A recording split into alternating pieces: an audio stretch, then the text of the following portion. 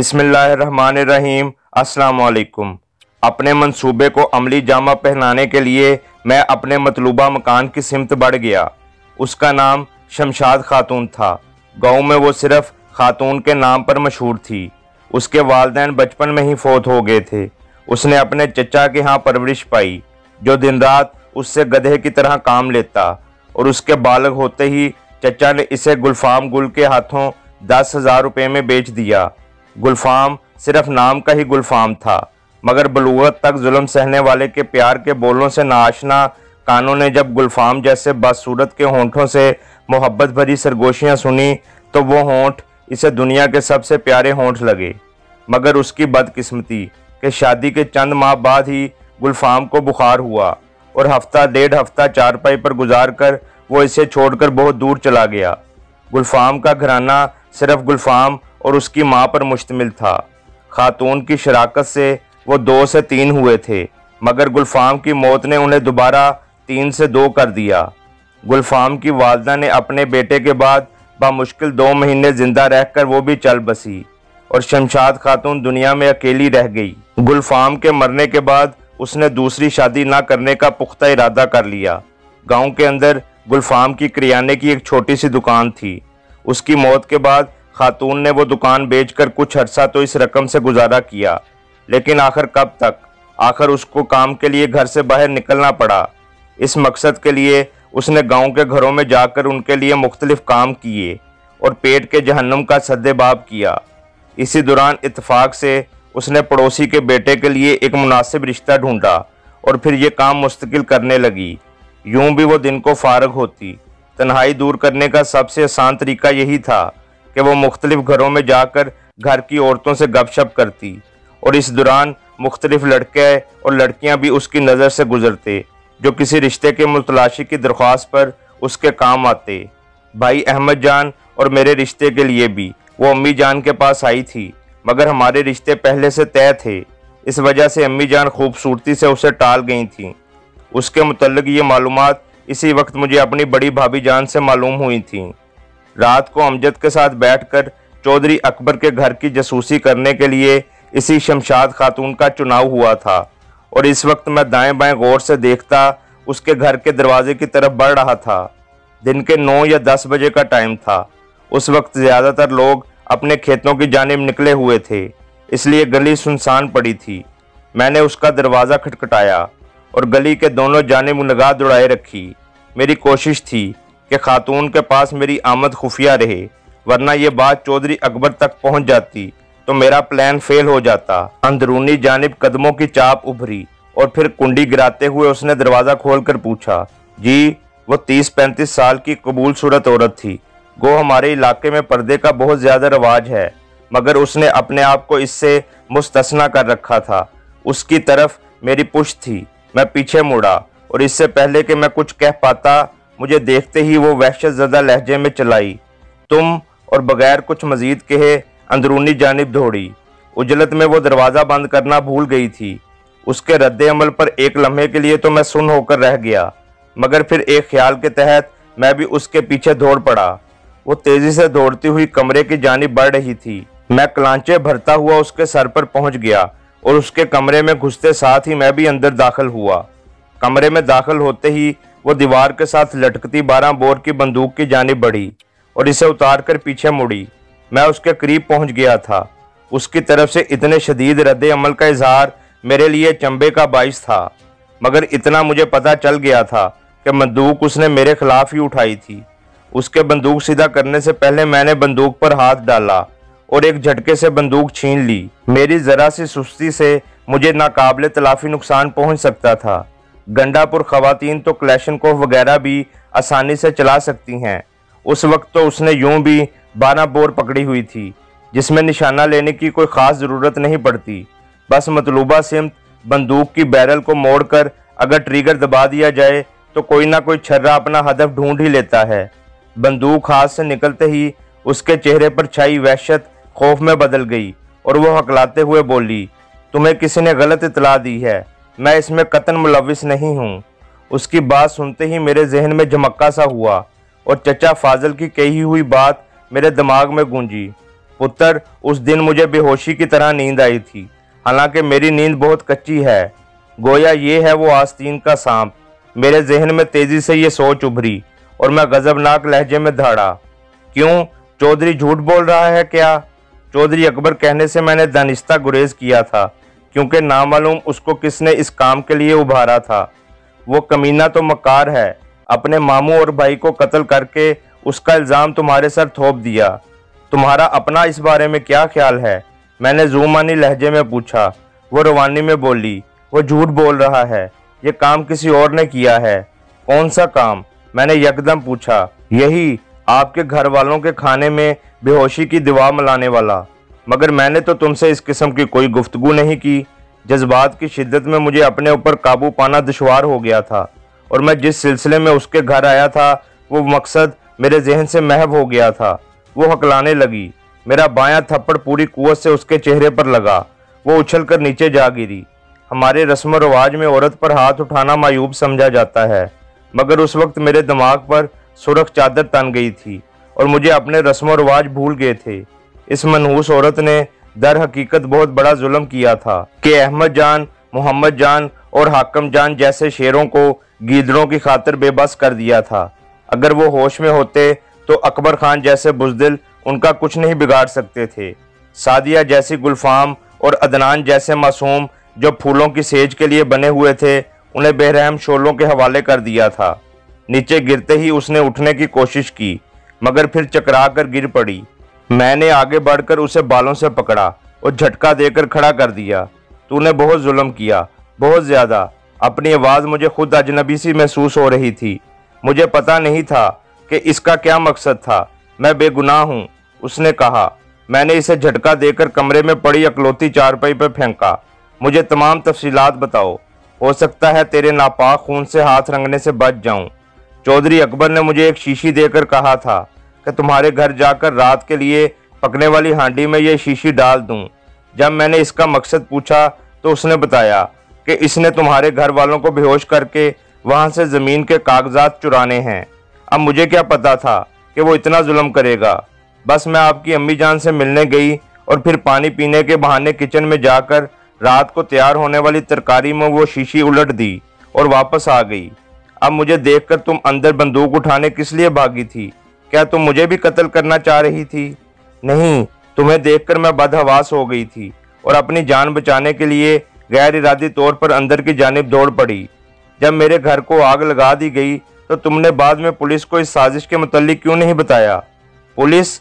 मुझे इस काम पर राजी करने के लिए चौधरी अकबर ने पुलिस का ही सहारा तो लिया था। क्या मतलब? मैंने हैरानी से पूछा। जिस वक्त चौधरी अकबर ने मुझे इस काम के लिए बुलाया था उस वक्त थानेदार ताहिर खान भी उसके हमरा बैठा हुआ था। उससे यही जाहिर होता है कि पुलिस भी अकबर खान की हमराज और साथी थी। तुम मुझसे भी तो मिल सकती थी, खुसूसन उस वक्त जब मैं हवालात में था या जिस वक्त मैं जमानत पर घर आया हुआ था। अभी तो मुझे बाइज्जत बरी हुए भी 3-4 दिन हो गए हैं, लेकिन फिर भी तूने मुझे ये बात बताने की जहमत गुआरा न की। मैं किस मुंह से आपके पास आती? वो अफसुर्दा लहजे में बोली। यही बताने के लिए कि तुम्हारे खानदान को कत्ल करने में मैं भी मुलव्विस हूँ। बेशक ये काम धोखे में रखकर मुझसे लिया गया था, मगर इन जालमों के साथ मैं भी तो गुनाहगार हो गई थी ना। तुम्हारी इन बातों पर मैं कैसे यकीन करूं? मेरा दिल उसकी बातों पर यकीन करने को तैयार नहीं था, हालांकि बज़ाहिर उसने ठोस दलाइल दिए थे और सिवाय मुझ पर बंदूक तानने के उसकी बातों में कोई वाज़िया झोल नजर नहीं आ रहा था। ठहरो, मैं आपको यकीन दिलाती हूँ। वो जल्दी से चारपाई से उठकर किबला की सिमत की दीवार में बने ताक की जानिब बढ़ी, जहाँ कुरान मजीद पड़ा हुआ था। जैसे ही उसकी पुश्त मेरी जानिब हुई, मैंने सिंगल नाली वाली 12 बोर बंदूक को खोलकर उसमें से कारतूस निकालकर जेब में डाल लिया। उसने गिलाफ में लिपटे कुरान मजीद को बोसा दिया, आंखों से लगाया और बोली, उमर जान, मुझे इसकी कसम है, बस इससे आगे कुछ ना कहना। उसने तशक्कुर भरे अंदाज में मेरी जानिब देखते हुए कुरान मजीद को बोसा देकर वापस ताक में रख दिया। मैंने बंदूक चारपाई पर फेंकी और वापस मुड़ने से पहले बोला, खातून, गलती तो तुम्हारी बहुत बड़ी है, लेकिन ये काम तुमसे धोखे से लिया गया है। आइंदा के लिए मेरी ये बात याद रखना कि ऐसे कमीने और घटिया लोगों की बात पर यकीन करके कोई ऐसा काम ना करना जिस पर तुम्हें हमेशा पछताना पड़े। ये कहकर मैं लंबे लंबे कदम रखता हुआ उसके घर से निकल गया। गो मेरे घर वालों की मौत में उसका बड़ा हाथ था, मगर ये सब कुछ उससे धोखे से कराया गया था। इस तरह मुजरिम होते हुए भी वो इतनी गुनाहगार नहीं थी कि इसे मौत की सज़ा दी जाती। यूं भी वो औरत थी, इसके बरक्स होने की सूरत में वो शायद मुझसे ना बच पाती। मैं उसके घर से निकलकर चंद कदम ही चला होऊंगा कि मुझे उसकी आवाज़ सुनाई दी, उमर जान। मैंने पीछे मुड़कर देखा, वो दरवाजे पर खड़ी मुझे अपनी जानिब बुला रही थी। न चाहते हुए भी मुझे उसकी जानिब जाना पड़ा। क्या बात है? उसके करीब पहुंचकर मैंने खुश्क लहजे में पूछा। अगर आप मुझे चंद मिनट दे सकें तो एक बात आपको बतानी है, शायद आपके काम आ सके। उसके लहजे में नदामत और शर्मिंदगी कूट कूट कर भरी हुई थी और वो मुझसे नज़रें नहीं मिला पा रही थी। मुझे भी गली के अंदर रुककर उसके साथ बातचीत करना मायूब सा लगा और मैं उसके साथ अंदर चला गया। तशरीफ़ रखें। कमरे में दाखिल होते ही उसने अकलौती चारपाई की जानिब इशारा करके कहा, नहीं, मैं इसी तरह ठीक हूँ, कहो क्या कहना है। वो इसरार ना करते हुए बोली, उमर जान, मुझे नहायत मोतबर ज़राए से पता चला है कि तुम्हारा असल मुजरिम अकबर खान रहमान खेल से फरार होने के लिए पर तोल रहा है। इस मकसद के लिए उसने अपनी तमाम जायदाद और ज़मीनें कालीवाल के खान मीर नियाज खान को बेच दी हैं। मुझे पता है कि गंडापुर होने के नाते आपने लाजमन उससे अपने घर वालों के कत्ल का बदला लेना है, इसलिए मैंने ज़रूरी समझा कि आपको ये बात बता दूं ताकि इसके फरार से पहले आपने जो कुछ करना है कर लें। मेरे डर से भाग रहा है? तेरे डर के साथ उसे कानून का खौफ भी लाहक है, क्योंकि उसके भांजे और बहन ने आपके बाइज्जत बरी होने पर उसके खिलाफ मामू और भाई के कत्ल का मुकदमा दर्ज करवा दिया है। वो अपनी बहन की शादी मीर नियाज खान के बेटे से करना चाह रहा था, मगर उसकी बहन इस रिश्ते पर राजी नहीं थी। चौधरी अकबर की मंगनी मीर नियाज खान की बेटी से हो गई है, मगर इन हालात में वो भी शायद टूट जाए। इंस्पेक्टर ताहर गो के चौधरी का दोस्त और हमराज है, मगर ऐसे शख्स की दोस्ती सिर्फ उसी वक्त तक थी जब तक कि उसे चौधरी से फ़ायदा पहुंच रहा था। उसकी मिसाल बिल्कुल इसी कसाई की सी है कि जैसे ही दूध देने वाले जानवर का दूध खुश्क हुआ, इसे ज़िबा कर दो। इन्हीं वजूहात की बदौलत उसने अपनी तमाम जायदाद और ज़मीन मीर नियाज खान के हाथ फरोख्त कर दी है और ख़ुद किसी भी वक्त गायब हो सकता है।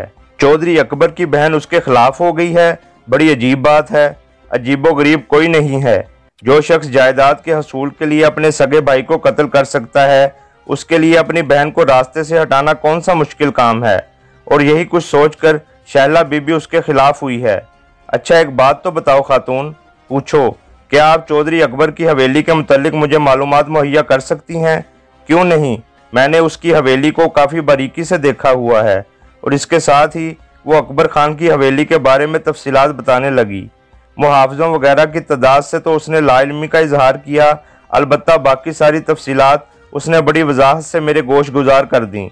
शुक्रिया खातून। उसकी बात ख़त्म होती ही मैंने उसका शुक्रिया अदा करते हुए बोला, उमर जान, मुझे माफ़ कर देना भाई। वो अफसुर्दा लहजे में बोली, मैंने आप पर बड़ा जुल्म किया है, मगर बाखुदा ऐसा धोखे से हुआ है। मुझे उनसे इतने जुल्म की तवक्का नहीं थी। मैंने तुम्हें माफ़ कर दिया है बहन। अल्लाह सोना आपको खुश रखे, आपको हर कदम पर कामयाबियाँ मिलें। आप। वो दोनों हाथ उठाकर मुझे दुआएं देने लगी और जैसे ही उसकी मनाजात ख़त्म हुई, मैं उससे इजाज़त लेकर उसके घर से बाहर आ गया। मैं थोड़ी ही दूर आया हूँगा कि थरथराहट की आवाज़ मेरे कानों में पड़ी। फायरिंग की सिमत का अंदाज़ा करके मेरे दिल की धड़कन तेज़ हो गई, क्योंकि ये आवाज़ असलम भाई के घर की सिमत से आ रही थी। मैंने कोट की अंदरूनी जेब में पिस्तौल की मौजूदगी का यकीन किया और घर की जानिब दौड़ पड़ा। घर का वहाँ से फासला इतना ज़्यादा नहीं था कि मुझे वहाँ पहुँचने में देर लगती। मैं चंद मिनटों में ही वहाँ पहुँच गया। अपनी गली में घुसते वक्त मैंने एहतियात को मद्देनज़र रखते हुए अपनी रफ्तार कम कर दी थी, मगर बैठक में अमजद को आराम से चारपाई पर लेटकर मुझे देखकर महसूस हुआ कि मेरी एहतियात और तेज़ी फजूल थी। बहुत ज़्यादा देर लगा दी। मुझे देखते ही उसने पूछा, वैसे क्या रहा? बस यार, वो कहते हैं ना, आग लेने गया था और पैगंबरी मिल गई। कुछ ऐसा ही मेरे साथ भी हुआ है। इसका मतलब है मिशन कामयाब रहा। तवक्का से भी ज़्यादा। कुछ पता भी तो चले। उसके लहजे में बेचैनी थी। चचा फाजल का अंदाज़ा ठीक था। मेरे घर वालों के खाने में उस दिन बेहोशी की दवाई मिलाई गई थी और ऐसा करने वाली वही खातून नामी औरत थी जिसके पास मैं गया था। मुझे देखते ही वो बिदक गई। इसे लगा शायद इसके बारे मुझे पता चल गया है और मैं इससे हिसाब लेने पहुंच गया हूं, और इसे इस गलतफहमी में मुब्तला रखते हुए मैंने उससे तमाम बातें उगलवा लीं। क्या कह रही थी? जवाबन मैंने खातून से सुनी सारी बातें उसके सामने दोहराईं। गुड, इसका मतलब है आज रात चौधरी अकबर के दर्शन होंगे इंशाअल्लाह। मैंने इस बात में सर हिलाया। क्लैशनकोफ एक काफ़ी रहेगी या दूसरी भी निकाल लाएं? दूसरी गन लाजमन लानी पड़ेगी, क्योंकि पिस्तौल के सहारे दुश्मन के घर घुसना बेवकूफ़ी है। यूं भी चौधरी अकबर डरपोक किस्म का बंदा है। इसने ला महल्ला अपनी हिफाजत के लिए काफ़ी बंदों को पहरे पर लगाया होगा। तो अभी जाकर एक और गन निकाल लाते हैं। मैंने कहा, नहीं, शाम का खाना खाकर निकलेंगे। वो बादल नाख्वास्ता बैठ गया। इसके बाद हम चौधरी अकबर के घर में घुसने के मंसूबे बनाने लगे। शाम को खाना खाकर हम क्लैशनकोफों के मदफन की तरफ बढ़ गए, मगर हमारा वहां पहुंचना बेफायदा ही रहा। कोई पहले से ही वो हथियार निकाल कर ले गया था। ये अच्छी रही। अमजद ने मुंह बनाया। कोई बात नहीं यार, चौधरी के मुलाजमों की गन्ने भी तो अपने लिए ही हैं। मगर वो जवाबन खामोश रहा। वापस पहुंचकर हम रात गए तक गप्पों में मसरूफ रहे। इस दौरान हमने प्लान का असरे नो जायजा ले लिया था। रात के 1:30 बजे हम घर से क्लैशनकोफ अमजद के पास थी लेकर निकले, जबकि मैंने अपने पास 2 पिस्तौल रख छोड़े थे। गलियां बिल्कुल सुनसान पड़ी थीं। मौसम में काफ़ी तब्दीली आ चुकी थी, इसलिए हम दोनों ने हल्के फुल्के लिबास पहने हुए थे, मगर चेहरों पर मफलर लपेटना हम नहीं भूले थे। चौधरी अकबर के घर तक हम बगैर किसी रुकावट के पहुंच गए। वो हवेली हमारे घर से बड़ी थी। 2 मंजिला पुख्ता हवेली जो दूर से ही किला नुमा नजर आती थी, क्योंकि बैरूनी दीवारों की बुलंदी किसी भी तरह 10-11 फुट से कम नहीं थी। हवेली के गिर्द एक चक्कर लगाकर हम दोनों हवेली के पिछवाड़े रुक गए। मेन गेट के बाहर भी हमें कोई चौकीदार नजर नहीं आ रहा था। हवेली की दीवार से पुश्त टिकाकर अमजद ने दोनों हाथों की उंगलियां एक दूसरे में फंसाकर हाथ सामने से पकड़ लिए। मैंने अपना एक पांव उसके हाथों पर और दूसरा कंधे पर रखते हुए आसानी से दीवार पर चढ़ गया। दीवार काफी चौड़ी थी। मैंने ऊपर लेटकर अमजद की जानिब अपना हाथ लटकाया, जिसे पकड़कर अमजद भी ऊपर आ गया और मेरे साथ लेटकर हवेली के वसी सेहन का जायजा लेने लगा। खातून ने क्या बताया था? आया चौधरी अकबर ने कुत्ते रखे हुए हैं या नहीं? उसकी आवाज़ सरगोशी की मानिंद थी। इस बारे तो मैंने नहीं पूछा था। बहुत अच्छा किया, उसने मुंह बनाया। ऐसी बातें पूछने की ज़रूरत ही क्या थी? सॉरी यार, लेकिन इधर घुसने का मंसूबा बनाते वक्त तुम्हें भी तो कुत्ते याद नहीं रहे थे। ये तेरी सोहबत का असर है, वरना इतनी ज़रूरी बात मुझे कभी भी ना भूलती। अब क्या करें? अभी एक खतरा तो उससे है। अमजद ने हवेली के पिछले जानिब दाएं कोने में मौजूद एक मोर्चे की जानिब इशारा किया, जो टावर नुमा था। नामालूम उसमें कितने बंदे मौजूद होंगे। दूसरा खतरा कुत्तों का है, मगर उम्मीद है वो नहीं है। अगर होते तो लाजमन अब तक उन्हें हमारी मौजूदगी महसूस हो गई होती। तीसरा खतरा गेट पर मौजूद चौकीदार से है। इसके अलावा अगर चौधरी अकबर ने ज़्यादा एहतियात का मुजाहरा किया हुआ तो हवेली की दीवारों के साथ चारों तरफ घूमने वाले पहरादार भी मौजूद हो सकते हैं। इसी तरह छत पर भी कोई ना कोई मौजूद हो सकता है। लेकिन इतनी बात बहरहाल कन्फर्म है कि अभी तक हम किसी की नज़र में नहीं आए। तुम्हारी सारी बकवास में मतलब की बात कोई नहीं है, क्योंकि इन सारी जुजियात पर बड़ी तफसील से गुफ्तगू हो चुकी है, और ये गुमान कि अभी तक हम उनकी नज़र में नहीं आए सरासर अहमकाना ख्याल है। हो सकता है वो हमें देख चुके हों और सिर्फ हमारे दीवार से नीचे उतरने के मुंतजिर हों। ठीक है, तुम इधर ही रहो, मुझे कवर मुहैया करना, मैं नीचे जा रहा हूँ। अमजद ने नीचे उतरने के लिए पहलू बदला। 1 मिनट, मैंने इसे रोका। क्लैशनकोफ तुम्हारे पास है, मैं पिस्तौल से किस तरह तुम्हें कवर मुहैया करूँगा? तो ये लो, क्लैशनकोफ तुम रख लो। उसने क्लैशनकोफ मेरी जानिब बढ़ाई। मैंने कहा, नहीं, तुम्हारा निशाना अच्छा है। फिर उसका जवाब सुने बगैर दीवार से नीचे लटक गया और नहायत आहिस्तगी से पंजों के बल कूदा। जारी है।